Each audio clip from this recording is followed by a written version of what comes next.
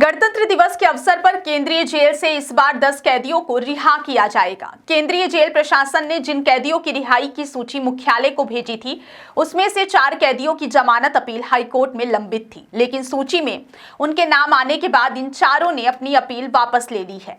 इससे उनकी रिहाई का मार्ग साफ हो गया है। इन कैदियों को धारा 302 के तहत आजीवन कारावास की सजा सुनाई गई थी और अब उन्होंने अपनी सूखी सजा के 14 वर्ष पूरे किए हैं। माफी के अतिरिक्त नियमों के अनुसार इन कैदियों ने कुल 20 वर्ष का कारावास भुगत लिया है, जिसके बाद उन्हें रिहा किया जा रहा है। इस अवसर पर जेल प्रशासन ने स्पष्ट किया है कि पिछली रिहाई की तरह इस बार भी गंभीर अपराधों में सजा पाने वाले कैदियों की रिहाई से मुक्त नहीं किया गया है। इसमें एनडीपीएस एक्ट के तहत दोषी, दुष्कर्म के आरोपी, राष्ट्रीय सुरक्षा कानून के तहत दंडित और शासकीय संपत्ति को नुकसान पहुंचाने वाले अपराधी शामिल हैं। जेल प्रशासन ने बताया कि जिन कैदियों की रिहाई निर्धारित की गई है, उनके परिजनों को पहले ही सूचना भेज दी गई है ताकि वे केंद्रीय जेल पहुंचकर अपने परिजनों को रिहाई के बाद लेने आ सकें।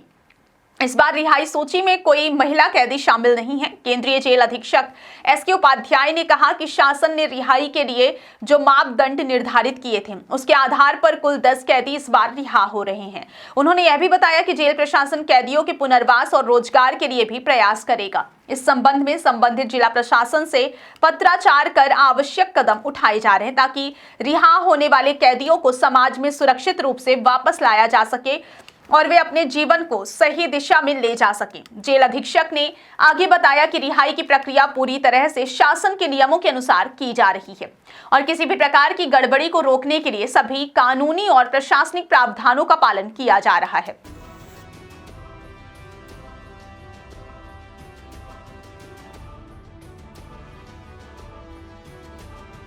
बाघा बिल्डर्स कॉलोनी रीवा, आपका सपना हमारा निर्माण।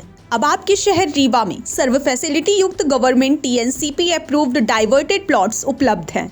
यहां आपको मिलेगा सुरक्षित एंट्री गेट और बाउंड्री वॉल, चौड़ी सड़कें, हरा भरा गार्डन और ओपन स्पेस, विद्युत ट्रांसफार्मर और पक्की नाली व्यवस्था, ओवरहेड वाटर टंकी और आधुनिक सुविधाएं। संपूर्ण कॉलोनी में हर प्लॉट सुविधाओं और सुरक्षा के साथ तैयार है। तो एक बार विजिट कीजिए बाघा बिल्डर्स कॉलोनी। हमारी लोकेशन है डीपीएस स्कूल के पास, अटरिया, रीवा।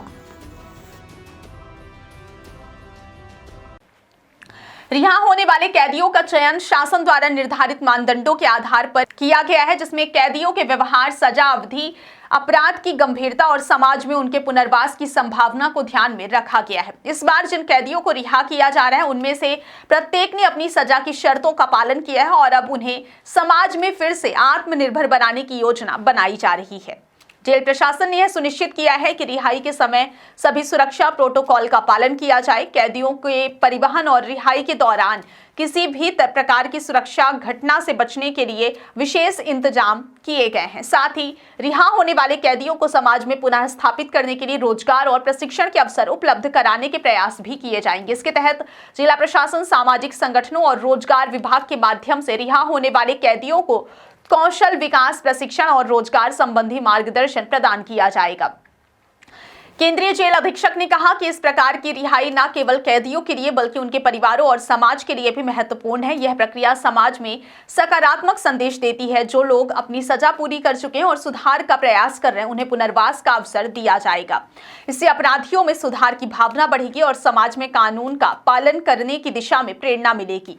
जेल प्रशासन के अनुसार रिहाई के समय सभी कानूनी औपचारिकताओं का पालन किया जाएगा। कैदियों के दस्तावेजों की जांच की जाएगी और उन्हें आवश्यक प्रमाण पत्र और पहचान पत्र प्रदान किए जाएंगे। इसके साथ ही रिहाई के बाद उनके सामाजिक और आर्थिक पुनर्वास के लिए आवश्यक योजना बनाकर उन्हें सक्षम बनाया जाएगा।